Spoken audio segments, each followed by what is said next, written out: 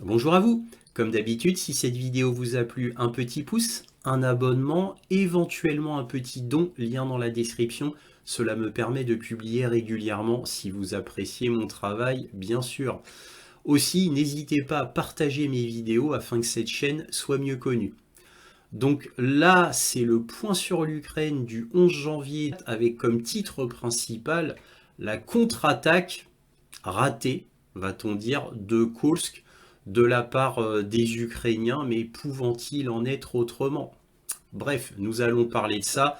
Nous allons parler aussi d'un article du Washington Post qui dit que le chiffre avancé de 400 000 morts et blessés côté ukrainien est un chiffre considérablement sous-évalué. Donc nous allons voir cet article pour en connaître les détails. Enfin, dernier gros titre, on a l'OTAN qui admet que le lithium était quelque chose qui était très important pour l'OTAN et donc les Occidentaux sont très désappointés que la Russie s'empare des mines de lithium, entre autres choses, puisque l'OTAN est doublement désappointée, puisque la Russie s'est emparée à ma connaissance, de toutes les mines de charbon de haute qualité d'Ukraine qui permettaient à l'Ukraine de faire de la sidérurgie, chose qu'elle ne peut plus faire. Je rappelle que les deux dernières mines de charbon de haute qualité étaient Selidovo et que là, la dernière, Oudachnier, est sur le point d'être prise. Bref, nous allons voir tout cela. Alors concernant la contre-attaque de Kursk, dont Zelensky a envoyé ses meilleures troupes, encore vous allez me dire, avec le meilleur matériel, c'est-à-dire du matériel de l'OTAN. Donc on a vu des chars Abrams, des chars Léopard 2, on a vu des véhicules blindés Stryker, Bradley et bien d'autres encore. Et ce fut une catastrophe. Mais pouvant-il en être autrement? Au meilleur de sa forme, c'est-à-dire quand ils ont lancé l'attaque au 6 août 2024, eh bien les Ukrainiens ont avancé au maximum qu'ils le pouvaient, mais en fragilisant son armée à Kursk, puisqu'elle était complètement distendue, cette armée. Ben oui, fallait aller le plus loin possible, le plus vite possible. Et au pic de cette offensive ukrainienne à Kursk, donc quelques jours après le 6 août, eh bien, au pic, ils étaient à 45 km de la centrale nucléaire de Kursk, si l'on prête ce but à Kiev. Bon, alors ça peut être la centrale, ça peut être Souja, hein, là où il y a les gazoducs qui alimentent l'Europe. Mais bon, bref, au minimum, ils voulaient Souja et peut-être même, certainement, certains pourraient-on dire, la centrale nucléaire de Kursk. Bref, mais encore une fois, je vous le répète, au meilleur de leur forme, l'armée ukrainienne a été à 45 km de la centrale nucléaire. Donc c'était ridicule. De toute manière, cette offensive sur Kursk était ridicule et vouée à l'échec dès le début. Je rappelle que le Pentagone était en désaccord complet avec cela, pensant que ils allaient en territoire bien trop gardé, puisque les Russes avaient des forces tout autour, c'est-à-dire dans l'oblast de Bryansk et de Belgorod, et évidemment ils avaient quelques forces à Kursk eux-mêmes. Et étant donné que c'était le territoire russe, cela n'allait pas être compliqué pour les Russes de renforcer les troupes. Surtout que cette grande offensive sur Kursk était très distendue, évidemment. C'est-à-dire chaque ligne, chaque trajectoire était tellement fine, donc tellement faible, j'ai envie de vous dire. Donc il a été assez facile pour les Russes de faire une super guerre d'attrition sur Kursk, surtout que sur Kursk étaient envoyées les meilleures forces de Kiev. Et je vous le rappelle, hein, des commandants ukrainiens se sont plaints, puisqu'il y avait des forces qui sont partis de l'oblast de Zaporojye, c'est-à-dire vers la région d'Orirov, de Tchassiviar et même de Kupiansk pour alimenter Kursk. Donc au début, ça a été une véritable catastrophe. Donc là, les Russes ont pu faire une guerre d'attrition et en ayant très peu de pertes.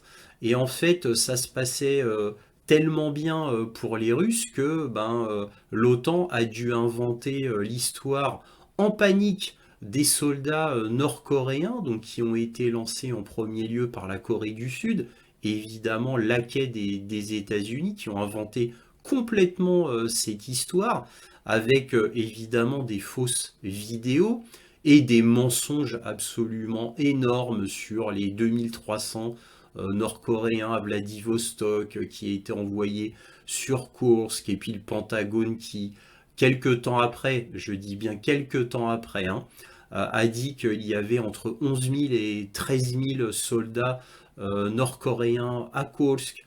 Ensuite, il y a eu un petit souci, c'est que le grand journal BBC a interviewé des soldats et commandants ukrainiens à Kursk qui se sont moqués des journalistes de la BBC en disant: nous, on n'a pas vu du tout, mais pas du tout, de soldats nord-coréens à Kursk. On n'en a pas vu depuis le 6 août. Donc, bref, l'article de la BBC n'a évidemment pas été répercuté par les autres grands médias, mais moi je vous avais montré l'article avec les témoignages des soldats ukrainiens à Kursk. Évidemment, là, à ce jour, au 11 janvier, toujours aucune preuve de soldats nord-coréens à Kursk. Ça en devient pathétique, vraiment pathétique, parce que les médias, ils avaient laissé tomber le sujet pendant quasiment un mois. Donc il y avait plus de soldats nord-coréens pendant presque un mois. Et hop, ça y est, ça revient. Voilà. Donc finalement, pour les Occidentaux, il y a toujours des soldats nord-coréens, c'est confirmé, etc., etc. Bon, tout cela est pathétique et ridicule, mais bon, on a l'habitude. Et bref, Kursk, ça a été absolument une catastrophe. Évidemment, on va voir les articles qui montrent cela. Bref, nous allons aussi parler d'un article du Washington Post, Washington Post qui dit que le chiffre que eux ont, c'est-à-dire qu'il y aurait 400 000 morts et blessés côté soldats ukrainiens. Là, je reprends les chiffres du Washington Post. Attention, évidemment, Zelensky hurlerait s'il lisait le Washington Post, puisque bon, pour Zelensky, il y a beaucoup moins de morts et blessés côté soldats ukrainiens, bien évidemment. Bref, et pourtant, le Washington Post reprend le chiffre de 400 000 morts et blessés en précisant que ce chiffre côté ukrainien est considérablement sous-évalué. C'est ennuyeux, parce que là, c'est le Washington Post. Quel changement, j'ai envie de vous dire. Quel changement! Puisque ces journaux-là, comme le New York Times, etc., ont pour habitude de plus ou moins reprendre ce que dit Zelensky, ou tout du moins l'armée ukrainienne et son porte-parole. Donc gros changement quand même. D'habitude, il n'y a que The Financial Times, The Economist qui a la parole beaucoup plus libérée. Mais là, c'est le Washington Post. Nous allons regarder ça, bien évidemment, ensemble. Et vous allez voir que tout est cohérent avec moi, ce que je vous dis depuis 2 ans et demi. C'est extrêmement cohérent. Nous allons voir ça ensemble. Enfin, dernier gros titre, eh bien, le lithium. Eh bien, l'OTAN est très désappointé de voir que des grandes mines de lithium, tout du moins la plus grande mine d'Ukraine, est tombée sous les mains des Russes. Donc ils sont très désappointés. Alors, double désappointement, puisque le premier désappointement, c'est le fait que toutes les grandes mines de charbon de haute qualité d'Ukraine, permettant à l'Ukraine de faire la sidérurgie, sont tombées sous les mains des Russes. Donc là, c'est extrêmement problématique pour l'Ukraine, bien plus problématique que les mines de lithium. Les mines de lithium, en fait, les Occidentaux voulaient s'en emparer, bien évidemment, avec le blé ukrainien et d'autres mines, hein, parce que le sol ukrainien est très riche, ne l'oublions pas, et attise énormément de convoitises, dont, alors là, tout le monde le sait, dont principalement BlackRock, Vanguard, pour ne parler que de cela. Bien évidemment, et le gouvernement américain, qui lui a dit très clairement qu'il voulait prendre les ressources de l'Ukraine. Je vous ai montré les vidéos, les extraits vidéo d'interviews, par exemple de ce sénateur républicain Lindsey Graham, mais d'autres encore, il n'y a pas que lui hein, qui disait cela. Donc les États-Unis sont très honnêtes quant à leur but pour l'Ukraine, ils sont très très honnêtes. On peut leur reconnaître ça au moins. Voilà, et comme d'habitude, hein, cette vidéo sera composée de bien d'autres informations générales, très très intéressantes et très croustillantes. Et tout cela sera suivi de la carte militaire à ne pas manquer, afin que vous sachiez ce qu'il se passe sur le front, les dernières nouvelles. Donc à ne pas manquer. Voilà, commençons. On va commencer avec un article du New York Times qui nous dit « L'Ukraine lance une nouvelle attaque dans la région de Kursk, dans l'ouest de la Russie. » Et là on voit, les analystes militaires ukrainiens et occidentaux ont déclaré que ces attaques pourraient être une tentative délibérée de diversion visant à forcer les troupes russes à renforcer leur défense dans l'espoir de les affaiblir sur la ligne de front sur le territoire ukrainien. Bon, alors ça c'est complètement ridicule puisque depuis le début de cette tentative d'incursion à Kursk, les Ukrainiens n'ont pas atteint ce but, c'est-à-dire de faire venir des troupes russes qui étaient sur le front pour les faire partir vers Kursk. Cela ne s'est pas passé et cela a été reconnu par le général Syrskyi lui-même en disant que à ce niveau-là, cela avait échoué. Pire encore, les Russes ont demandé aux forces tchétchènes de s'occuper vraiment de mettre toutes leurs forces à Kursk. Donc on parle de 10 à 20 000 forces tchétchènes qui seraient sur Kursk, d'après les Russes.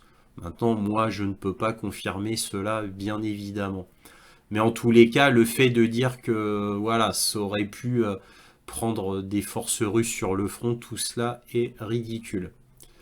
Bien que l'Ukraine détienne désormais moins de la moitié du territoire conquis lors de l'offensive de Kursk l'été dernier, elle a réussi ces dernières semaines à ralentir l'avancée de la Russie malgré des vagues répétées de contre-attaques russes, y compris des assauts renforcés par des milliers de soldats nord-coréens. Ah, vous avez vu le New York Times, hein, il n'oublie pas les soldats nord-coréens, que nul n'a jamais vus, dont on n'a vu aucune preuve. Mais bon, ils sont bien là pour le New York Times. Bah oui, il faut bien continuer à la narration officielle, la propagande officielle. Parce que sinon, comment expliquer que les Russes soient si forts à Kursk alors que l'Ukraine envoie ses meilleurs soldats par milliers avec le meilleur matériel de l'OTAN? Ce serait incompréhensible. Donc on a inventé les soldats nord-coréens. Ça donne un petit prétexte concernant la faiblesse ukrainienne. Là, un article de Eurasia Daily qui apparemment penche plutôt côté russe, parce que dit-il? Il dit « Zelensky a envoyé des réserves dans la région de Kursk pour influencer les sponsors à Rammstein ». Alors c'est tout à fait possible, hein, parce que Kiev est coutumier du fait de faire un coup d'éclat juste avant une grande réunion à Rammstein ou juste avant de voir Joe Biden ou d'aller voir des grands pontes de l'Union européenne. Il a fait ça à plusieurs reprises, Zelensky. Celui qui a été le plus marquant, c'est quand Zaloujny était toujours en poste et que Zaloujny avait annoncé la veille d'une réunion à Rammstein la destruction de 2 A-50, donc les gros avions de reconnaissance russes avec un radome, hein, ils ressemblent à des AWACS ces avions-là, Et nous avons eu aussi les 6 attaques MS qui ont été envoyées sur une plage côté ouest de la Crimée, toujours à la veille d'une réunion de Rammstein. Alors c'était 2 jours avant, si mes souvenirs sont exacts. Mais bref, Kiev est coutumier du fait de ce genre de coup d'éclat avant des réunions comme ça, ou avant d'aller voir Joe Biden. Ça arrivait presque systématiquement. Bref, continuons. L'intensification des hostilités dans la région de Kursk n'a pas encore apporté les résultats escomptés au régime de Kiev, contrairement aux déclarations des dirigeants ukrainiens. La nouvelle contre-offensive des forces armées ukrainiennes n'a pas conduit à des succès notables, malgré le fait que le commandement militaire ukrainien a jeté d'importantes réserves dans la région de Kursk. Cela a été fait sur l'insistance de Zelensky qui cherchait ainsi à influencer les décisions des sponsors occidentaux lors d'une réunion au format Rammstein. Bref, encore une fois, je le répète, c'est typique du gouvernement de Kiev de faire des coups d'éclat avant des grandes réunions afin que ça apporte un peu plus de poids pour dire aux Occidentaux, aux alliés, aux sponsors, comme dit EAD, de penser toujours à Kiev, de toujours fournir du financement et de l'armement pour dire hey, regardez, on sait encore se battre, regardez, on fait encore des choses. Voilà, ça se résume à ça. Ici un article du Washington Post du 6 janvier qui nous dit l'Ukraine risque de perdre la guerre. Un mauvais accord imposé par Trump serait pire. Un accord qui démembrerait l'Ukraine et récompenserait Poutine porterait atteinte à la crédibilité des États-Unis.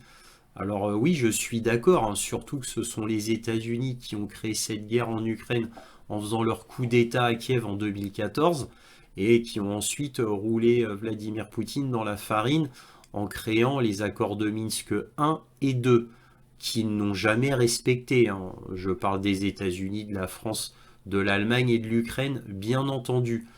Bref, continuons. L'invasion à grande échelle de l'Ukraine par la Russie, qui touche à sa 3e année sanglante, a atteint un point d'inflexion. L'Ukraine perd du territoire, des troupes et du temps. Les prochaines semaines détermineront si l'Ukraine peut continuer à exister en tant qu'État souverain dans ses frontières d'avant l'invasion, ou à proximité de celle-ci, avec des garanties de sécurité complètes pour ses citoyens, ou si le président russe Vladimir Poutine sera récompensé et encouragé dans sa guerre d'expansion territoriale. Et oui, nous verrons bien, mais en tous les cas, les jeux sont très mal partis côté Kiev. Maintenant, un article de The Atlantic, le grand journal américain, qui nous dit « Sommes-nous si sûrs qu'il est tort ?» Donc là, on parle de Vladimir Poutine. Il parlait de Vladimir Poutine. Qu'il est tort quant à le fait qu'il puisse continuer la guerre. Hein.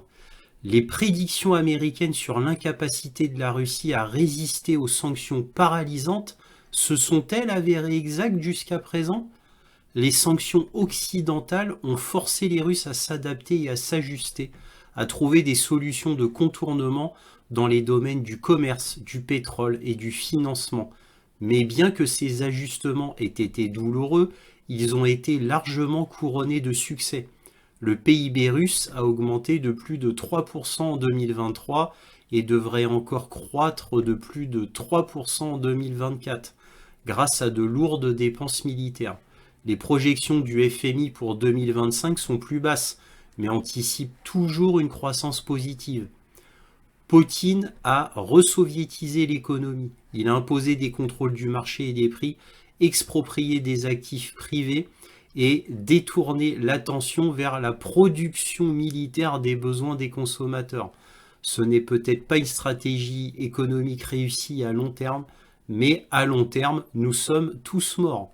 Poutine pense que la Russie peut tenir assez longtemps pour gagner cette guerre.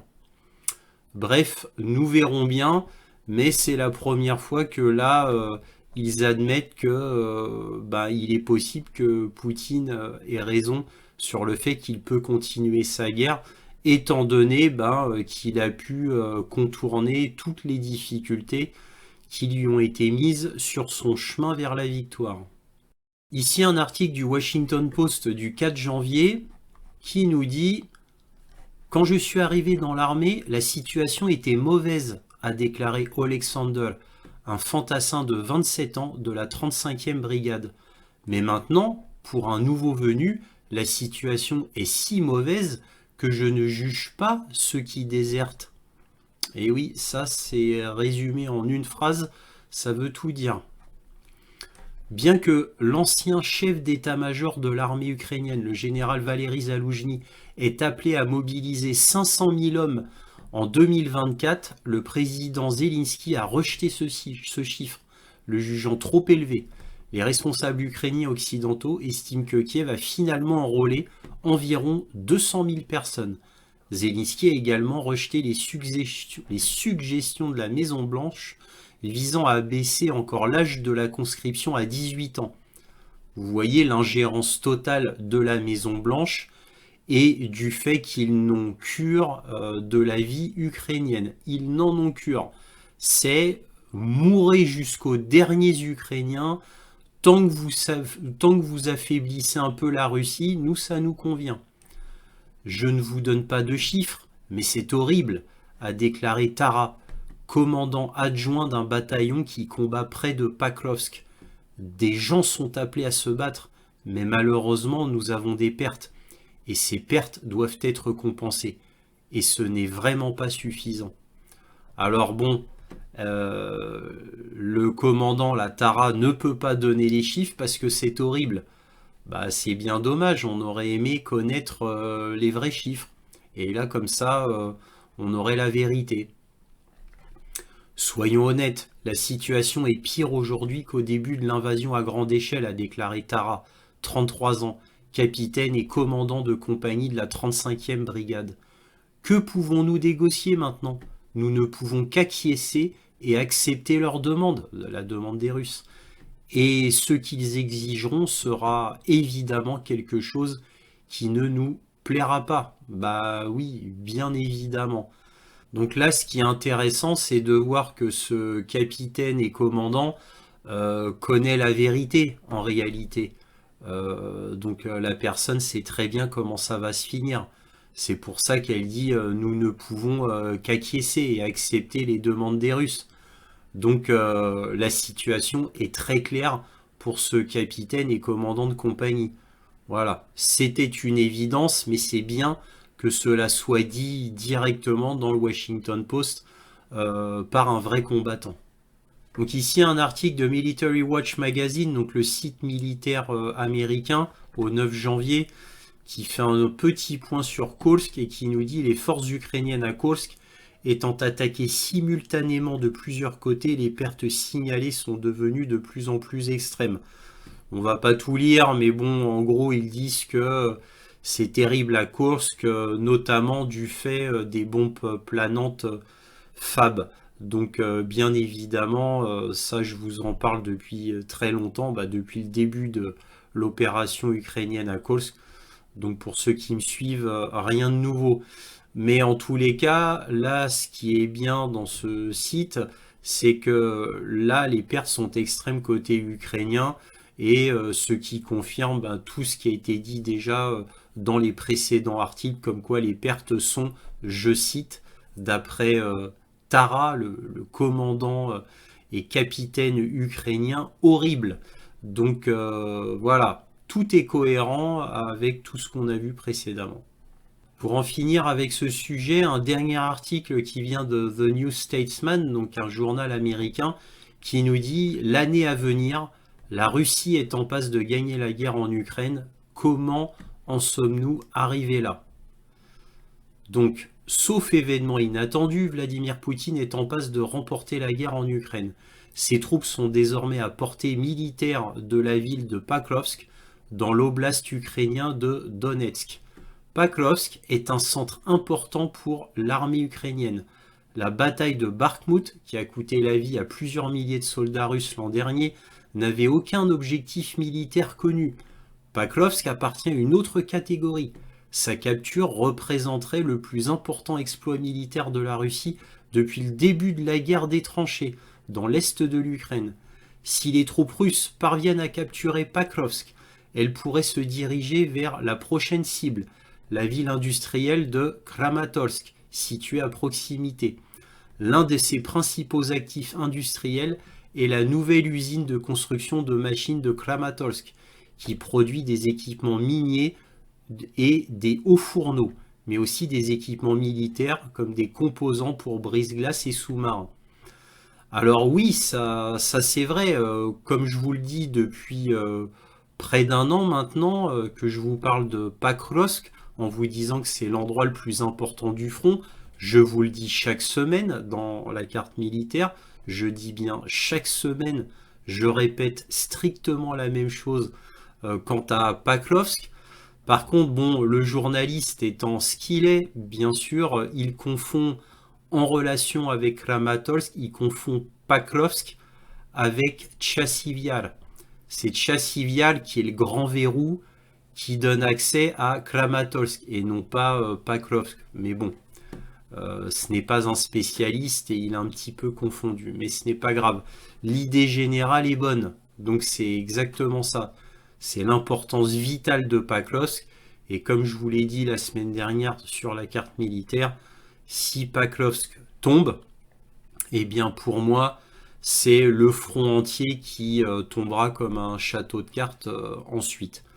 Mais bon, nous verrons bien. Et là maintenant, on en vient aux chiffres des morts et blessés ukrainiens largement sous-évalués. D'après l'article du Washington Post qui nous dit l'Ukraine perd également des soldats à un rythme bien supérieur à ce qu'elle peut supporter et continuer à combattre. L'estimation officielle des pertes, 400 000 tués ou blessés, est considérée comme une sous-estimation considérable.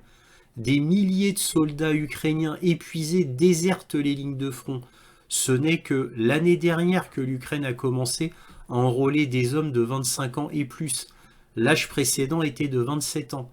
Certains, y compris des parlementaires américains, ont fait pression sur l'Ukraine pour qu'elle commence à enrôler des hommes dès 18 ans. Mais le président Zelensky a jusqu'à présent résisté, inquiet de décimer la prochaine génération et gêné par un manque d'équipement pour armer de nouvelles troupes.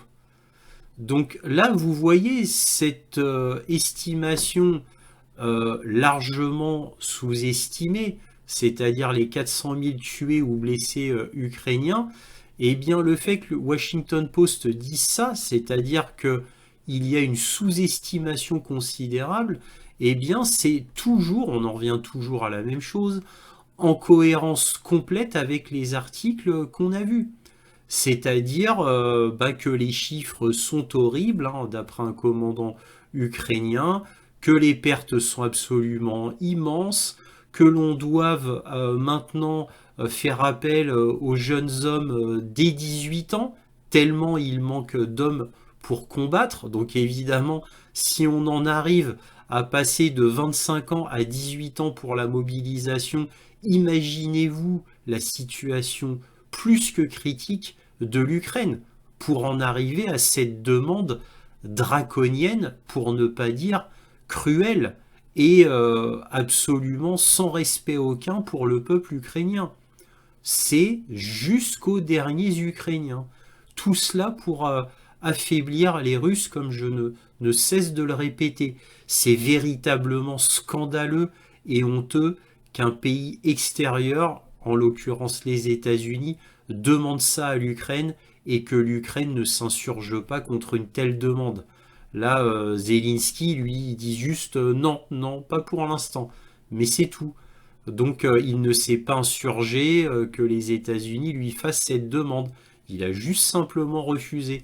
Vous notez que les médias relèvent ce fait, mais ne sont pas du tout scandalisés par une telle pression de Washington. Les médias sont pas du tout scandalisés. Ils donnent ce fait-là comme la pluie ou le beau temps le lendemain. Voilà, ils balancent ça comme ça, d'un ton très neutre, mais sans en évaluer la portée, sans marquer ce que cela sous-entend, en irrespect, en irresponsabilité et même en mépris vis-à-vis du peuple ukrainien. Non, les grands médias ne soulignent pas cela. Bien évidemment, c'est tout à fait logique, les grands médias ne peuvent pas souligner ça. ils se mettraient eux-mêmes une balle dans le pied. Alors maintenant, on va parler de l'affaire du lithium. On va commencer avec le New York Times qui nous dit, avant l'invasion, la richesse en lithium de l'Ukraine attirait l'attention du monde entier. Les investisseurs chinois et australiens se bousculent pour explorer le lithium, un métal essentiel aux batteries et à la transition mondiale vers une énergie propre. Bon, alors je sais pas pourquoi ils ne parlent que des Chinois et des Australiens. C'est vrai, le New York Times a raison, les Chinois et les Australiens sont à fond à la recherche du lithium, mais il n'y a pas que, loin de là. On a les États-Unis, le Japon, la France, l'Inde, pour ne parler que des plus gros, et qui sont très très intéressés par le lithium. Bref, donc là, qu'est-ce qu'on nous dit dans les profondeurs du sol ukrainien, où la Russie continue de lancer une attaque agressive, se trouvent d'immenses richesses minérales inexploitées qui pourraient détenir les clés d'un avenir lucratif et énergétique propre pour la nation d'Europe de l'Est. Des chercheurs ukrainiens ont avancé que la région orientale du pays, bon en gros c'est le Donbass, recèlerait près de 500 000 tonnes d'oxyde de lithium, une source de lithium essentielle à la production des batteries qui alimentent les véhicules électriques. Cette évaluation préliminaire, si elle se confirme, ferait des réserves de lithium de l'Ukraine l'une des plus importantes au monde, et en tout cas la plus importante d'Europe. Alors vous comprenez bien qu'il y a des convoitises, parce que bon là on parle du lithium, mais comme vous le savez, il y a d'autres minéraux qui intéressent les Occidentaux. Il n'y a pas que le lithium, bien entendu. Donc là, on comprend que l'Ukraine, gisement important de lithium, si les dires des Ukrainiens se confirment. Et ça nous amène au deuxième article. Selon la Pravda, les forces armées russes ont pris le contrôle du gisement de lithium de Shevchenko. Les forces armées russes ont pris le contrôle du gisement de lithium de Shevchenko. Il s'agit de l'un des plus grands gisements de lithium d'Ukraine, avec des réserves de minerais de lithium de catégorie C1 de 5,67 millions de tonnes et des réserves de catégorie C2 de plus de 8 millions de tonnes. Les gisements contiennent également des minerais de tantale, de niobium et de beryllium. Et oui, il n'y a pas que le lithium. Donc vous voyez que, évidemment, tout cela suscite des convoitises énormes. Rappelez-vous les extraits de vidéos de Lindsey Graham, le sénateur américain dont je vous ai parlé à plusieurs reprises, qui avait demandé à un cabinet de réflexion d'estimer la valeur concernant toute l'Ukraine, et la valeur en ressources de l'Ukraine était environ de 12 000 milliards de dollars. Donc les Américains veulent récupérer tout cela, bien évidemment, à l'image de Donald Trump, qui veut le Canada, il veut le Panama, il veut le Groenland. Et il a même ajouté récemment que bon, il n'hésiterait pas pour le Groenland, tout du moins, et le Panama, mais pas pour le Canada. Bon, il n'excluait pas les militaires pour prendre le Groenland et le Panama. Donc vous voyez, les États-Unis sont de plus en plus honnêtes quant à leurs véritables intentions. Encore une fois, on ne peut pas leur enlever ça. Mais évidemment, c'est de la tyrannie. Et c'est la loi de la jungle qui s'applique dans le monde, hein, si on laisse faire les États-Unis. Ce serait un signe absolument terrible. Mais bon, après tout, tout est possible. Dans les informations diverses, maintenant, on a le New York Times qui nous dit « En scooter électrique et en VTT, les forces russes envahissent les positions ukrainiennes à l'est. L'intensification des attaques russes renforce les inquiétudes de longue date sur la manière dont l'Ukraine gère son armée et contredit les hypothèses selon lesquelles l'offensive de Moscou ralentirait, affirment des soldats et des analystes militaires. » Et oui, alors je vous en parle de cette nouvelle manière de faire la guerre russe depuis déjà près d'un an et demi. Les Russes avaient commencé leur tactique originale en petits groupes, tout simplement pour éviter de se faire taper dessus via des drones, l'artillerie ou même pourquoi pas des missiles ou des roquettes.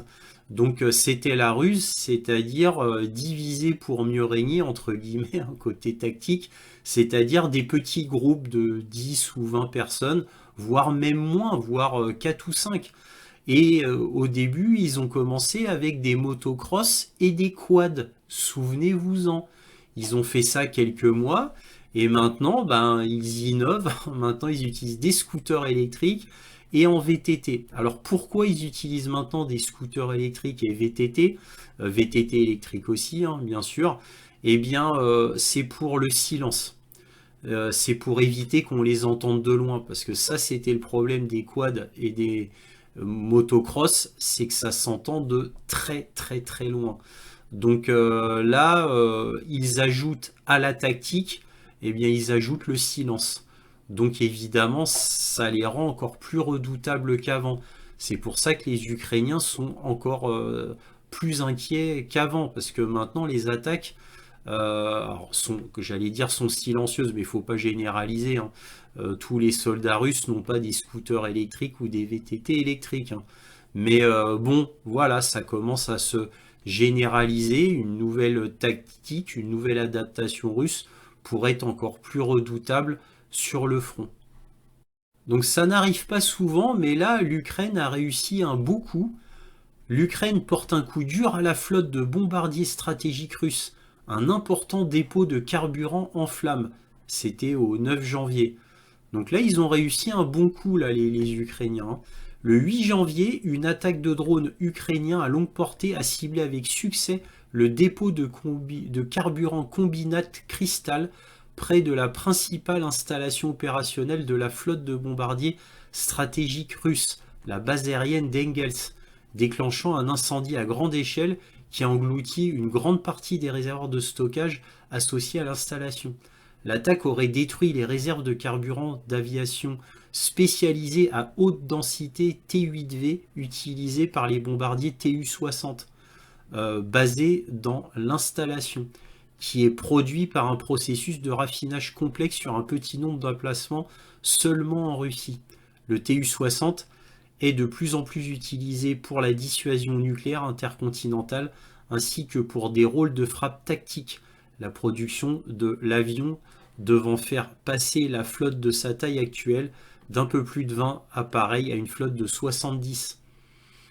Donc là, les Ukrainiens ont bien joué parce que là, la destruction de ce dépôt de carburant, effectivement, affaiblit un tant soit peu la Russie, puisque, tout du moins concernant les Tu-60 de la base d'Engels, bah, ils ne vont peut-être pas pouvoir décoller, à moins que leur réservoir soit déjà plein. Mais oui, ça va être un problème pour les Russes, d'autant que ce dépôt de carburant n'est pas n'importe quel dépôt de carburant. Donc là, les Ukrainiens ont bien joué. Là, un article de Politico qui nous dit Moscou promet des représailles aux frappes de missiles américains contre l'Ukraine. Bon, là, ils se sont carrément trompés totalement dans le gros titre. C'est contre la Russie et non pas contre l'Ukraine. Le Kremlin a déjà répondu à une frappe similaire en tirant un nouveau type de missile hypersonique. N'oubliez pas, c'était l'Oreshnik. Donc là, qu'est-ce qu'on apprend? Moscou a menacé de riposter après avoir affirmé avoir abattu 8 missiles de fabrication américaine, c'est-à-dire les attaques MS, tirés depuis l'Ukraine vers la région de Belgorod, dans le sud-ouest de la Russie.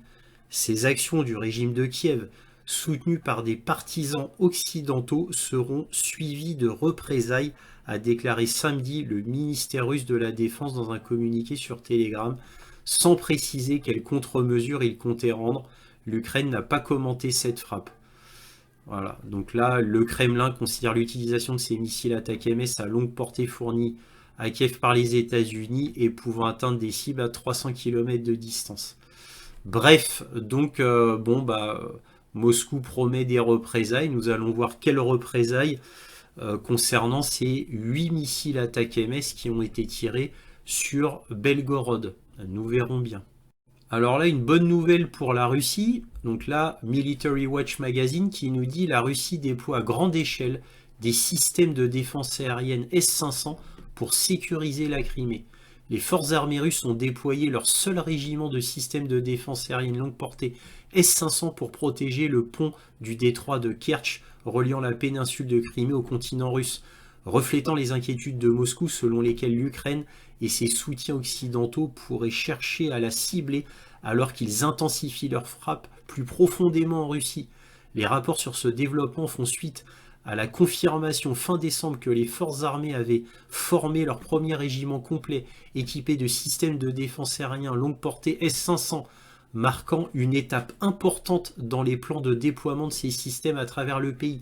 Alors que chaque régiment de l'ancien système de défense aérien S-400 déploie 16 lanceurs de missiles sol-air, ainsi que des radars mobiles et des centres de commandement associés, le nombre de lanceurs sous chaque régiment S-500 reste toutefois inconnu.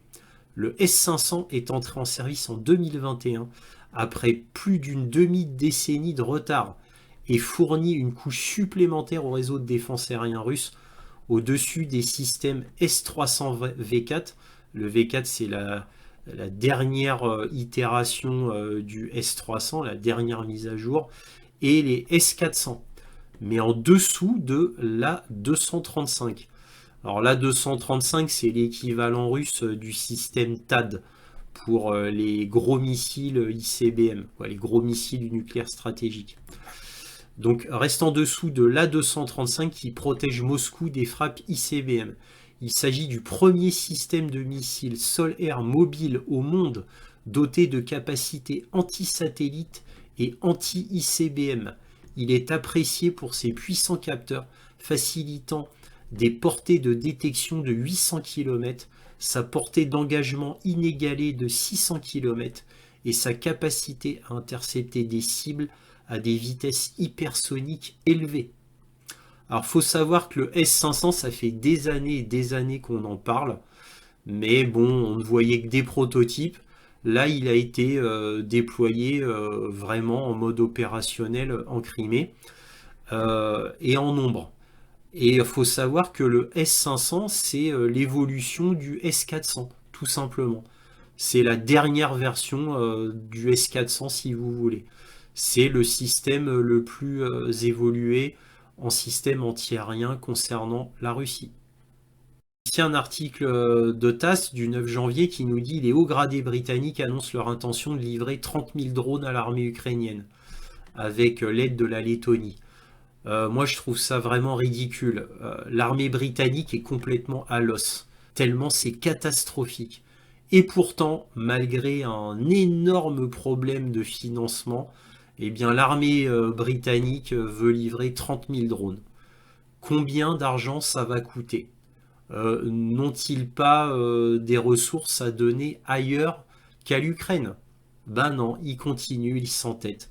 C'est du jusqu'au boutisme presque obsessionnel, j'ai envie de vous dire. Tout cela parce que l'Angleterre, le gouvernement anglais, déteste la Russie au plus haut point, à l'image de la Lettonie, de l'Estonie, etc. C'est parfaitement ridicule. Et ce comportement qui se fait au détriment des Anglais, c'est-à-dire de leur propre peuple, pourrait être assimilé à un acte de trahison envers la nation. Maintenant, un article de Politico qui nous dit « Pomper du gaz russe ou subir les conséquences menace Fico à l'Ukraine ». Le Premier ministre slovaque a appelé l'Union européenne à intervenir dans le conflit croissant avec Kiev. Donc là, c'est Robert Fico, le Premier ministre slovaque. Et là, on lit « La Slovaquie est prête à déployer une série de sanctions politiques et économiques contre l'Ukraine voisine pour forcer le pays à aider à acheminer du gaz russe vers l'Union européenne », a annoncé jeudi le Premier ministre slovaque Robert Fico. Alors, faut pas oublier que le premier exportateur d'électricité pour l'Ukraine, c'est la Slovaquie.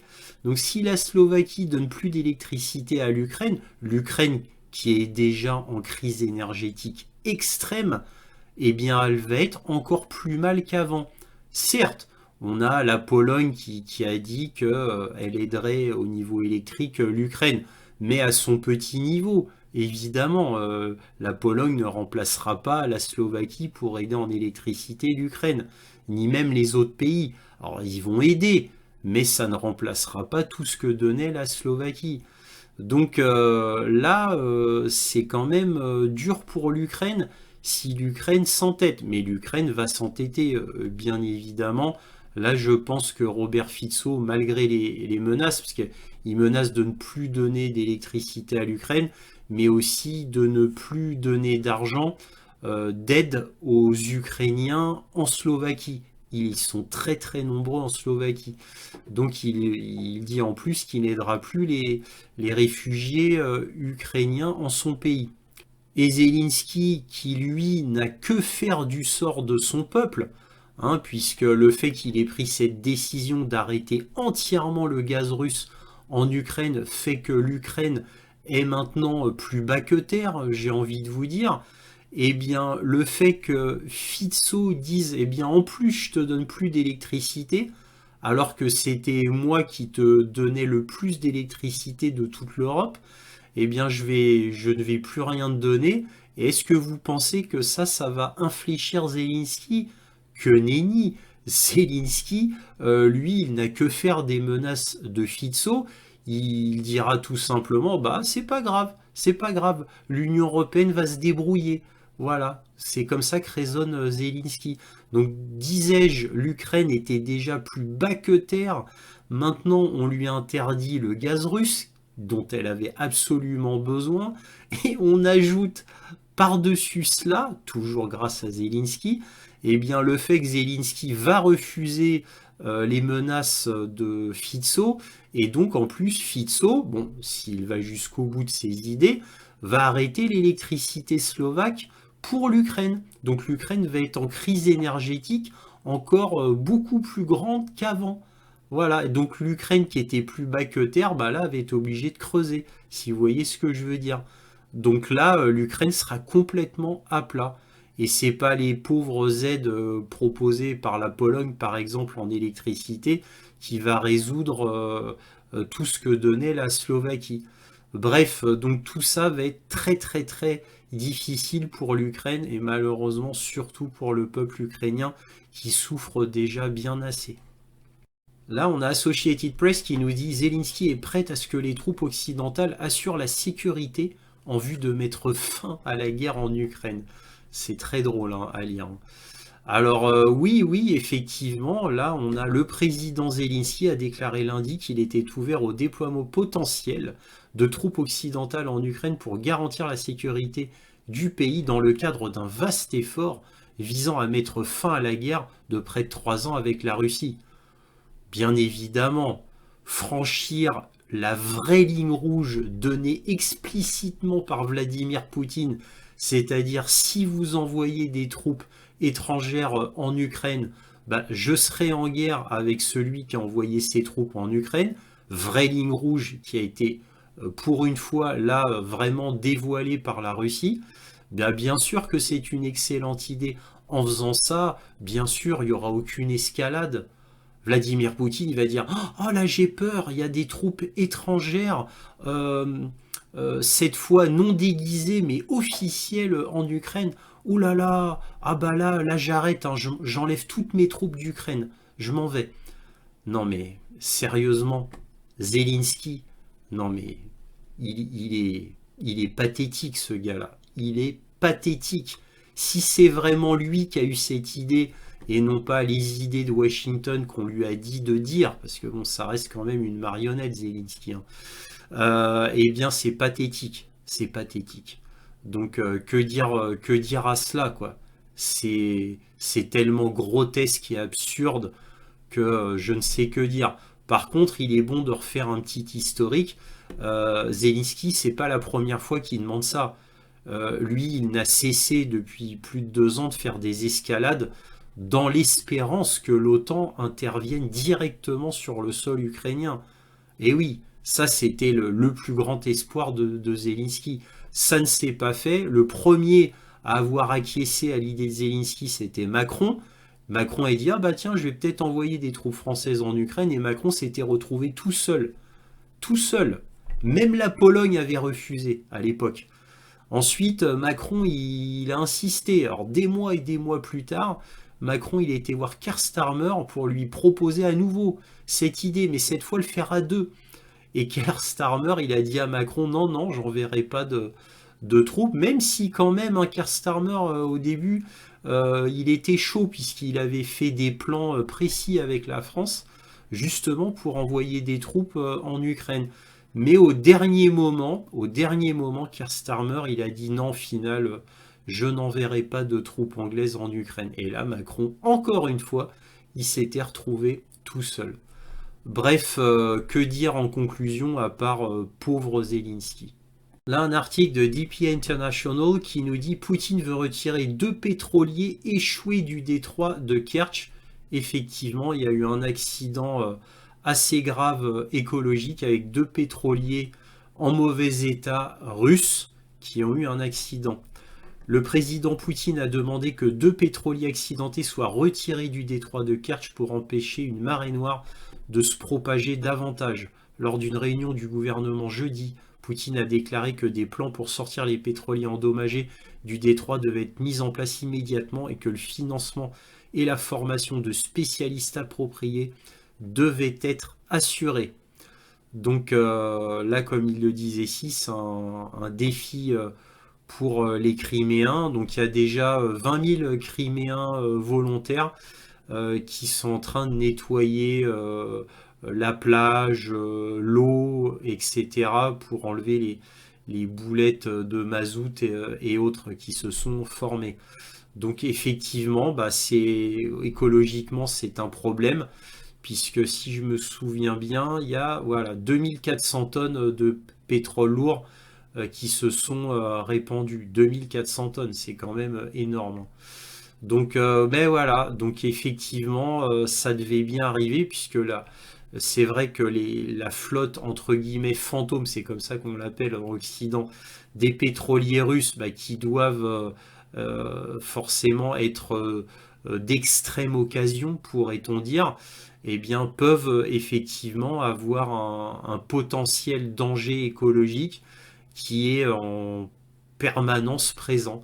Mais bon, d'un autre côté, si les États-Unis, l'Union européenne n'avaient pas fait de sanctions à la Russie quant au pétrole, eh ben, les pétroliers russes, eh ben, ils auraient utilisé que ceux qui appartiennent à la Russie en bon état, et la Russie n'aurait pas été obligée d'acheter des vieux pétroliers pour continuer à faire commerce du pétrole. Donc, qui a commencé? Ben, ce sont l'Union européenne et les États-Unis qui ont fait ces sanctions et qui ont obligé la Russie à faire cela. Maintenant, voilà le prix à payer. Là, on a les États-Unis vont bientôt allouer 500 millions de dollars d'aide militaire à l'Ukraine. Donc les capacités du package comprendront des missiles AIM-7, RIM-7, AIM-9M pour la défense aérienne, ainsi que des systèmes de ponts blindés et des armes légères et des munitions. Voilà, bon bah on continue, hein, avec les Abrams, les F-16, les systèmes patriotes et que sais-je encore. Est-ce que ça va changer quelque chose? Bien sûr que non. Tout le monde est d'accord pour dire que ça ne changera rien, à part prolonger un tout petit peu la guerre. Je dis bien un tout petit peu. Hein, parce que évidemment, c'est pas ces aides ridicules qui changeront quoi que ce soit.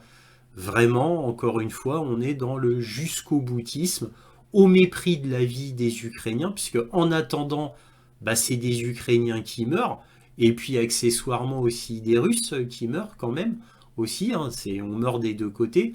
Donc c'est complètement honteux, puisque encore une fois, tout le monde est d'accord pour dire que militairement, ça ne changera strictement rien. Et vous notez qu'on fait comme si on ne voyait pas l'éléphant au milieu de la pièce. Hein, je parle de l'inutilité de continuer à faire toutes ces donations. Voilà, on ne voit pas l'éléphant au milieu de la pièce, mais c'est la narration officielle et les grands médias doivent bien sûr s'y plier. Et là, dans la même veine, mais côté purement financier, on a l'Union européenne verse 3 milliards d'euros à l'Ukraine dans le cadre d'une nouvelle tranche de prêt du G7CE. Le programme de prêt du G7 pour l'Ukraine, soutenu par les intérêts des actifs russes s'élèvent à 45 milliards d'euros ou 50 milliards de dollars. Aujourd'hui, nous versons 3 milliards d'euros à l'Ukraine, soit le premier versement de la partie européenne du prêt du G7, a-t-elle écrit. Donc là, on parle d'Ursula von der Leyen. De son côté, la chef, alors j'adore deux FE, la chef, ça c'est le nouveau français, ça. Apparemment, faut s'y habituer. Ah oui, le wokisme passe par la France aussi. Bref, de son côté, la chef de la diplomatie européenne, Kaja Kallas, a également précisé dans X que ce prêt sera remboursé avec le produit des avoirs russes gelés, selon elle. Alors, tout ça est très hypothétique parce que c'est extrêmement illégal, ne serait-ce que d'utiliser les intérêts des avoirs gelés russes. Tout ça serait une première fois, du jamais vu. Donc, même si tout ça n'a absolument rien de concret, ben, l'Union européenne va quand même donner 3 milliards d'euros. Donc, ils vont prélever 3 milliards d'euros de notre poche, les donner à l'Ukraine, en espérant qu'un jour, eh bien, leur machination consistant à voler les intérêts des avoirs russes porte ses fruits et éventuellement un jour se rembourser avec ses intérêts. Voilà, ils espèrent. Bref, c'est ridicule. Maintenant, passons à la carte militaire. Voici la carte militaire du 11 janvier 2024 et on va immédiatement commencer par les attaques massives de drones en Russie par l'Ukraine. Et on va commencer par le sud. Donc il y a eu des attaques massives sur Novorossiysk, sur Anapa, donc dans l'oblast de Krasnodar, donc à l'est de la Crimée. Presque tous les drones ont été arrêtés, cela fait très peu de dégâts. Alors, par contre, là, il y a eu un petit changement au niveau des dégâts, puisqu'il y a eu des attaques de drones un peu sur Saratov et beaucoup sur l'aérodrome, la base militaire d'Engels. Et là, sur l'aérodrome, il y a un dépôt de carburant de haute qualité qui est utilisé pour les bombardiers Tu-160. Donc c'est des gros bombardiers russes de la dernière génération pour les Russes. Et donc là, ça a été un gros coup pour les Russes sur la base d'Engels, puisque bon, ça veut dire que les Tu-160 qui sont sur la base d'Engels ne pourront plus être utilisés avant un moment. C'est ce que je suppose tout du moins. Mais en tous les cas, là, ça a été un coup assez fort des Ukrainiens qui, pour une fois, a été significatif. Alors évidemment, toutes ces attaques ne changeront strictement rien. Ça, c'est anecdotique, j'ai envie de vous dire. Mais bon, ce n'est pas souvent quand une attaque de drone ukrainienne fait de vrais dégâts. C'était à signaler. Alors maintenant, dans l'oblast de Kherson, puisque comme vous le voyez, maintenant j'ai mis les oblasts. Alors je le répète une dernière fois parce que c'est nouveau.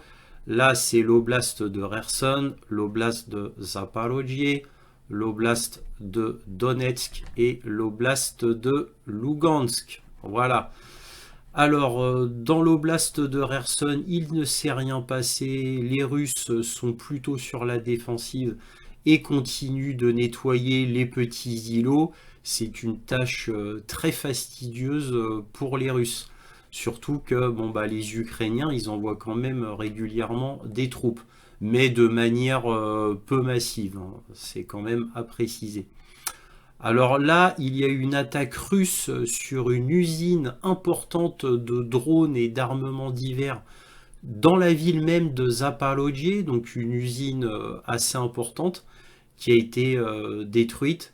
Bon, c'est pas souvent que les Russes font des attaques de missiles comme ça sur des usines. On se souvient la dernière usine qui a été attaquée par les Russes, le grand complexe militaire-industriel de Yuzhmash, via le missile hypersonique de portée intermédiaire Oreshnik.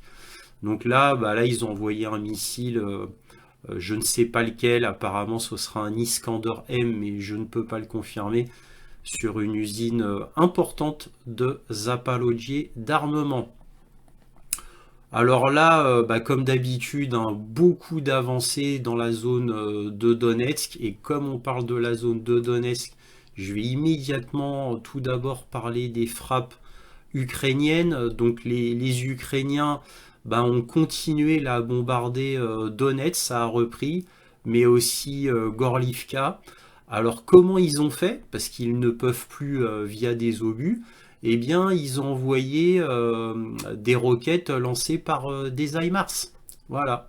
Donc là, ils ont envoyé des roquettes, puisque les roquettes, ça peut frapper beaucoup plus loin que des obus. Ben voilà, c'est un peu des tirs de vengeance, parce que évidemment, toutes les cibles qui ont été touchées à Donetsk ou à Gorlivka, comme d'habitude, ce ne sont que des civils qui prennent cher, que des bâtiments civils. Il n'y a jamais eu, ici, dans la ville de Donetsk ou de Gorlivka, la moindre cible militaire, depuis 10 ans. Mais ces zones sont bombardées, voilà, régulièrement. Sauf que là, exceptionnellement, maintenant, c'est via des lanceurs HIMARS, alors que d'habitude, dernièrement, c'était via des obusiers César, parce qu'il y avait que les obusiers César qui pouvaient tirer de loin à environ 40 km. Voilà, et ben maintenant, comme ils peuvent plus, c'est des HIMARS qu'ils utilisent. Bref, revenons sur le front. Donc là, on peut voir qu'il y a eu une avancée assez importante. Donc là, je vous rappelle que c'est la zone de Grande Novosilka. Donc là, il y a eu 3 avancées dans la même semaine. Donc là, vers Novosilka. Là, ici, au sud de Grande Novosilka et au nord de Grande Novosilka. Alors là, j'ai entouré Shevchenko. Alors attention, il y a 2 Shevchenko, faut pas confondre. Vous allez voir tout à l'heure. Donc là, Shevchenko, c'est très important parce que c'est là où il y a la grande mine de lithium. Donc c'est pour ça que je l'ai entouré. Alors évidemment, une mine là, pour l'instant, qui n'est plus utilisée par les Ukrainiens. Et les Russes vont bientôt s'en emparer.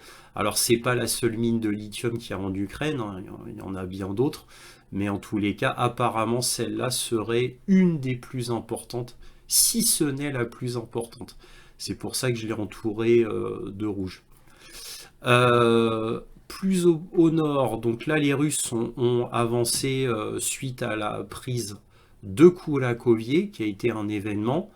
Donc Kourakovier a été prise. Bon, là j'ai laissé encore le rond vert qui voulait dire que c'était une ville très importante au niveau logistique, au niveau stratégique. C'était un verrou moyen stratégique et c'était un nœud logistique moyen. Beaucoup moins important que Pakrovsk, mais quand même important. Donc là, vous voyez qu'il y a eu une avancée russe relativement importante. Vous voyez, dans la zone de Koulakovier, ici. Et là, ce que vous voyez, ce sont les frappes russes. Donc là, les Russes sont frappés. Alors pourquoi j'ai mis très exactement les épingles ici? C'est parce que là, c'est des ponts. C'est 2 ponts qui ont été détruits. Des ponts qui étaient évidemment très importants pour les Ukrainiens, parce que ça leur permettait de passer de nord au sud, du nord au sud. Donc voilà, donc 2 ponts qui ont été détruits par des missiles russes. Donc évidemment, les Russes, leur but, c'est d'aller vers Kostiatynopil. C'est leur proie, on va dire, la plus immédiate. Alors pour les nouveaux, je rappelle que les lignes rouges, c'est les lignes de la semaine dernière. Donc là, j'ai mal raccordé. Voilà. Là, c'est les lignes de la semaine dernière et là, c'est le front d'aujourd'hui. Les épingles rouges rondes que vous voyez là, c'est la direction des avancées. C'est la direction des avancées. Voilà, grosso modo. Et là, il y a l'autre Shevchenko, voilà, celle qui a été prise. Voilà, mais alors, faut pas confondre. Donc là, il y a eu une avancée russe assez importante, comme vous pouvez le voir. Donc là, plusieurs petites villes ou villages, comme on voudra, ont été prises. Voilà, et on s'approche là sur Pakrovsk. Donc là, vous voyez plusieurs avancées, hein, toujours constantes. Là, toujours, je le répète à chaque semaine, Oudachnier, hein, la dernière mine de charbon à ma connaissance de haute qualité. C'est pour ça que j'ai mis charbon depuis des mois au-dessus d'Oudachnier. Donc évidemment, c'est une des cibles immédiates des Russes. Vous voyez qu'ils se sont bien approchés là de Kotlino. Ils s'approchent vraiment, ils sont quoi? Ah bah, ils sont allés à quelques centaines de mètres de Kotlino, hein. Donc là, ils ont bien avancé. Alors comme on peut le voir là maintenant, c'est évident concernant Pakrovsk, hein, comme je vous le dis depuis des mois maintenant, ils veulent prendre via le sud-ouest de Pakrovsk. Et pourquoi? Alors, j'ai appris il y a quelque temps que les Russes, à un moment, n'avançaient plus sur le nord. En fait, j'ai vu un plan qui a été donné par le journaliste allemand Julian Robke, un journaliste allemand très très connu. Et sur son compte Twitter, il a publié les lignes de tranchées des Ukrainiens. Et là, il y a 3 couches de lignes de tranchées. Ils ont extrêmement, pas fortifié, mais tranchisé, si vous me permettez cette expression. Donc pas mal de dents de dragon, pas mal de tranchées. C'est pour ça que les Russes, en fait, n'avançaient pas vers le nord, ont préféré le sud, là où il y avait quasiment pas de ligne de défense, ou très peu tout du moins. Voilà l'explication de dernière minute. Alors là, il y a eu une avancée très importante russe, bah, et là pour une fois côté nord, hein. Une fois n'est pas coutume, et alors là, comme vous pouvez le voir, là, ils bloquent la grande route d'approvisionnement côté est de la ville, et c'est évidemment leur but, c'est comme ici leur but. Là, pour Kotlino, c'est de bloquer la route qui approvisionne Pakrovsk côté ouest, ici bien évidemment. Alors maintenant sur Toretsk, eh bien Toretsk, que peut-on dire? Tout d'abord là, comme vous pouvez le voir, donc déjà dans cette zone-là de Gorlivka, comme je l'ai déjà dit, il y a eu des attaques d'HIMARS, hein, en plein centre-ville ici. Mais ce qui nous intéresse, c'est Toretsk. Comme vous pouvez le voir, Toretsk, il n'y a pas eu grand changement par rapport à la semaine dernière. Alors moi, je ne fais pas des avancées sur 100 mètres, hein. Je fais des avancées de la ligne de front quand c'est un peu plus notable que ça, c'est-à-dire 300-400 mètres minimum, hein, minimum. Sinon, je le note pas. Alors là, vous voyez qu'il y a une nouvelle flèche que j'ai introduite, c'est les flèches de renfort ukrainien. Alors les flèches de renfort ukrainien sont comme ça maintenant. Voilà, c'est pour que ça soit plus clair. Alors, évidemment, il y a des renforts ukrainiens partout, qui arrivent de partout. Mais quand je mets une flèche de renfort ukrainien, c'est que c'est des renforts massifs.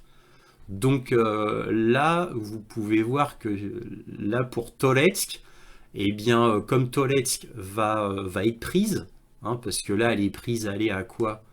Peut-être 95%, 98%. Là, les Russes font plutôt du nettoyage que de l'avancement, hein, pour être plus exact. Et bien, comme c'est bientôt la fin, et bien, ils envoient plein de troupes. Alors, franchement, c'est typique des Ukrainiens. Depuis 3 ans qu'il y a la guerre, ils font des actions totalement absurdes militairement.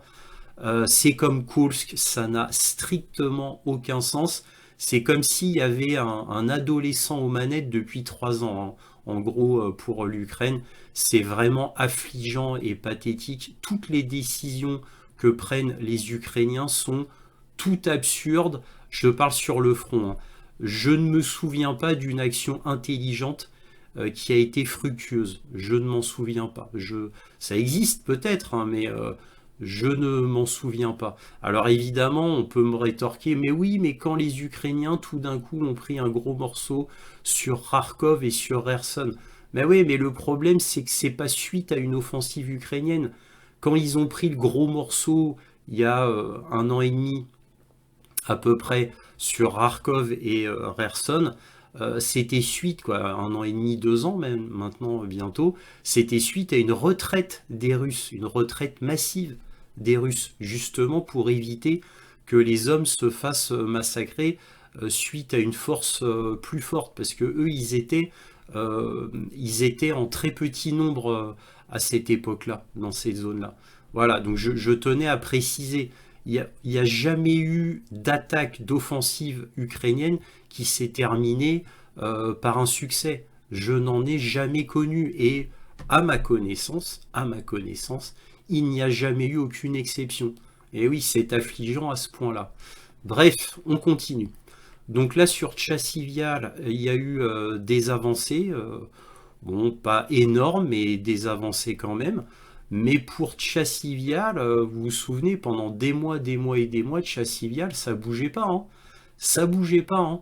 Donc là, Tchassivial, comme vous pouvez le voir, il n'y a aucune flèche. Donc là, apparemment, les renforts, ils ont préféré les mettre sur Toletsk. Alors, Tchassivial, je pense que là, ils ont abandonné, hein, je pense. Nous verrons bien, mais vu comment ça avance depuis quelques semaines, j'ai l'impression qu'ils ont abandonné et que le sort de Tchassivial va être le même que Koulakovier, ou Koulakovo, comme on voudra. Donc, nous verrons bien. Alors, Tchassivial, comme je le répète chaque semaine, c'est le plus grand verrou stratégique. C'est ce qui permettra aux Russes de prendre Kramatorsk et ensuite Slaviansk, hein, et non pas, comme vous l'avez vu dans la vidéo, le journaliste là, disait que c'est Pakrovsk qui va permettre d'aller sur Kramatorsk. Non, c'est Tchassivial. Depuis toujours d'ailleurs, puisque ça fait 2 ans que je vous le dis, que je répète chaque semaine les mêmes mots, pour ainsi dire. Sur Siversk, il y a eu une avance, et cette avancée est importante, surtout quand on parle de Siversk, ce gros chaudron. Alors Siversk, c'est pourtant l'endroit où il ne se passe jamais grand-chose, mais là, il y a eu une avancée, justement vers la ville de Siversk. Alors évidemment, le but des Russes, bah, c'est d'avancer sur Kramatorsk ou Slaviansk en partant de Siversk. Siversk a toujours été une zone puissante, hein. C'est pas une forteresse, c'est qu'il y a énormément d'hommes dans la zone de Siversk et bien fortifiée un peu partout. Donc cette zone est puissante au niveau côté ukrainien.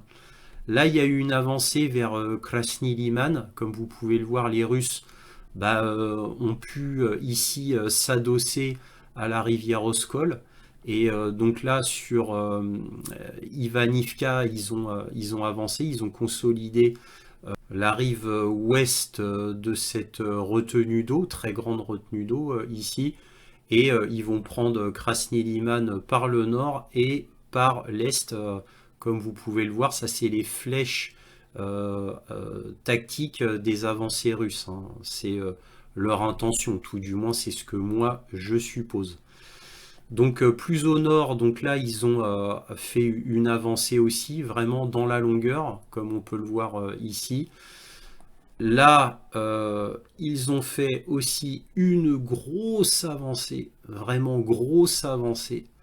Et là, vous pouvez voir la grande rivière Oskol. Donc là, la rivière Oskol, ils veulent vraiment s'appuyer dessus, les Russes, hein. C'est ça qu'ils veulent faire, comme je vous le dis, chaque semaine. Et comme vous pouvez le voir, là, c'est beaucoup plus clair. Vous voyez des avancées russes vraiment très importantes. Donc là, le fait qu'ils aient pris cette ville, donc Zalgio, vous voyez, ça c'est très important pour s'appuyer sur la rivière Oskol. Alors là, une fois n'est pas coutume, vous voyez une épingle bleue, ben là c'est les Ukrainiens qui ont avancé. Donc là, les Ukrainiens ont pu avancer un petit peu. Donc là, les Russes avaient pris à peu près la moitié de la ville. Et là, les Russes ont reculé. Alors attention, parce que les Russes, ça fait des centaines de fois qu'ils font ça. C'est une stratégie russe extrêmement classique, depuis 3 ans à peu près, 2 ans et demi, 3 ans. C'est-à-dire, ils reculent. Les Ukrainiens, eux, ont hâte de poursuivre les Russes, c'est-à-dire de faire une avancée pour dire au monde, ça y est, nous les Ukrainiens, on a fait une avancée, donc ils se précipitent. Et qu'est-ce que font les Russes? En fait, ils arrivent à un endroit qui est en réalité consolidé, c'est ce qu'on appelle la retraite stratégique, mais pas n'importe laquelle, puisque c'est un endroit qui est consolidé. Et une fois que les Ukrainiens se précipitent pour avancer et reprendre la ville, et bien là, les Russes les bombardent avec l'artillerie, les drones, et en général, les Ukrainiens se font massacrer. Donc nous verrons la semaine prochaine s'ils arrivent à tenir. Mais en général, jamais ils ont tenu. Jamais. Donc moi, c'est pas la première fois que je mets des épingles bleues, mais c'est assez rare. Les avancées ukrainiennes sont assez rares, mais invariablement, la semaine suivante, eh bien, ils se sont fait écraser, et ça a toujours été comme ça, hein. Alors là, plus au nord, Kupiansk. Alors Kupiansk, c'est très important, c'est pour ça que je l'ai entouré d'un triangle rouge, hein, comme vous avez vu plus au sud avec Kramatorsk et Slaviansk. Et donc là, les Russes ont fait une avancée notable, très importante même, hein, si on compte tout cela, tout en longueur. Donc là, vous voyez des avancées sur Pidalki, là, ici, Pidvalki, pardon, et là, Zapadnier. Donc là, ils vont prendre certainement ces deux villes ici. Voilà, donc grosse avancée quand même, hein. Sur le front Wolfshank-Lipsy, toujours rien, décidément c'est complètement mort ici. Alors ça se bat hein, évidemment, mais apparemment ça a l'air de n'intéresser personne cette zone, ni les Russes ni les Ukrainiens. Alors attention, attention, là Kursk, dans l'oblast de Kursk et autour de la localité de Souja, Souja entouré de verre. Zone importante puisque c'est là où il y a le QG ukrainien pour la zone de Kursk en territoire russe. Alors tout d'abord, vous pouvez voir que les Ukrainiens ont envoyé massivement des renforts sur cette ville-là, dont Marnovka, voilà, sur Marnovka et sur, alors c'est pas Kositsa, hein, c'est sur Tcherkovsky, voilà. Massif. Plus la flèche est grande, plus c'est massif. Plus l'envoi de troupes est massif. Donc vous voyez que là, les Ukrainiens ne rigolent pas pour Kursk. Pour Zelensky, Kursk, c'est l'endroit le plus important, bien plus important que le front. C'est pour ça que quand ils ont lancé le 6 août dernier l'offensive sur Kursk, eh bien ils ont pris des troupes du front de Kupiansk, de Tchassivial et de Zaporojye, carrément, pour alimenter Kursk, parce qu'il ne fallait pas prendre n'importe quelle brigade, fallait prendre les meilleures brigades. Voilà, faut pas l'oublier, avec le meilleur matériel. Bref, revenons à Kursk, là vous pouvez voir, il y a une avancée russe très importante, et malgré, alors ici dans le nord, hein, là principalement, côté ouest-nord, et là côté nord, nord-nord on va dire, par rapport à Souja. Donc il y a eu une contre-attaque, je dis bien une contre-attaque et non pas une contre-offensive, hein. Il y a une contre-attaque ukrainienne qui s'est fait, qui a été principalement dans cette zone-là. La contre-attaque a été principalement dans cette zone-là, et ça a été une catastrophe, ils se sont fait massacrer. Alors pourquoi ils se sont fait massacrer? Ils ont attaqué en plein jour, avec un beau soleil, donc les Russes ont pu tout bien voir avec leurs drones, et les Ukrainiens ont attaqué avec pas mal de drones aussi, et le fait qu'ils aient attaqué en plein jour, c'est parce que c'était pour eux une contre-offensive importante, mais en réalité, je le répète, c'était une contre-attaque. Donc avec beaucoup de troupes, le problème c'est quand vous faites une agglomération de beaucoup de troupes, ça se voit de loin. C'est le problème, c'est pour ça que les Russes n'attaquent jamais en grosses troupes, mais par des tout petits groupes minuscules, justement pour éviter d'être repérés, d'être beaucoup plus flexible et d'être beaucoup moins fragile. Parce que quand vous êtes Un gros groupe comme ça, ben, vous balancez des roquettes, des obus, des drones, et c'est beaucoup plus facile à toucher un gros groupe que des petits groupes éparses. Donc ils ont fait cette erreur stratégique, évidemment, comme d'habitude, j'ai envie de vous dire, mais est-ce vraiment des erreurs? Puisqu'ils ne font que ça, c'est que de la communication. En fait, moi je pense que Zelensky sait très bien que son armée est extrêmement inférieure à celle des Russes et il ne peut faire que de la communication de toute manière, comme il l'avait fait au niveau des traversées du Dniepr dans le sud sur Kherson. Il y a eu des dizaines et des dizaines de traversées dans le Dniepr qui ont été ce que certains appellent des offensives TikTok, c'est-à-dire juste pour faire du buzz, juste pour faire de la com.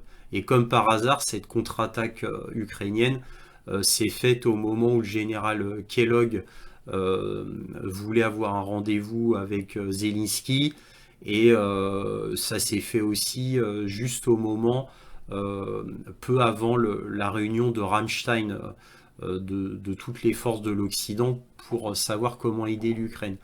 Donc tout ça, évidemment, c'est que de la com, hein. En gros, c'est on prépare le terrain pour les grands invités américains et les grands invités européens pour dire hey, regardez, regardez, juste avant la réunion, vous voyez, juste avant la réunion pour dire vous voyez, on est toujours actif, on fait des choses. Sauf qu'ils se font massacrer à chaque fois. À chaque fois, ils se font massacrer, c'est systématique et invariable. Et là, ils l'ont fait au pire des moments.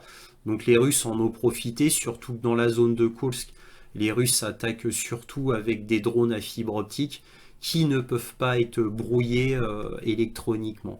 Voilà. Et les Russes, ça fait depuis août 2024 qu'ils utilisent les drones à fibre optique de manière massive. En août, ils en ont envoyé environ 3000. Là, ils en ont envoyé beaucoup, beaucoup plus, évidemment. Donc, sans compter que les Ukrainiens, bien entendu, n'utilisent pas de drones à fibre optique. Hein, ils ont des prototypes, mais ils n'ont pas de fabrication de série encore. Pas encore. Les Russes, oui, depuis 6 mois à peu près. Voilà, donc pour Kursk, c'est une véritable catastrophe. Ça va être un véritable massacre. Sauf si pour une fois, Zelensky donne un ordre de retraite, chose qu'il ne donne jamais. Mais bon, nous verrons bien, peut-être fera-t-il exception sur Kursk, parce qu'il y a énormément de mercenaires étrangers de l'OTAN dans Kursk. Alors peut-être que là, ça fera l'exception. Nous verrons bien. Voilà ce qu'on pouvait dire concernant la carte militaire du 11 janvier. Si cette vidéo vous a plu, un petit pouce, un abonnement, éventuellement un petit don, lien dans la description. Et aussi, n'hésitez pas à partager mes vidéos afin que cette chaîne soit mieux connue. Merci à tous pour tout cela et toujours, soyez curieux.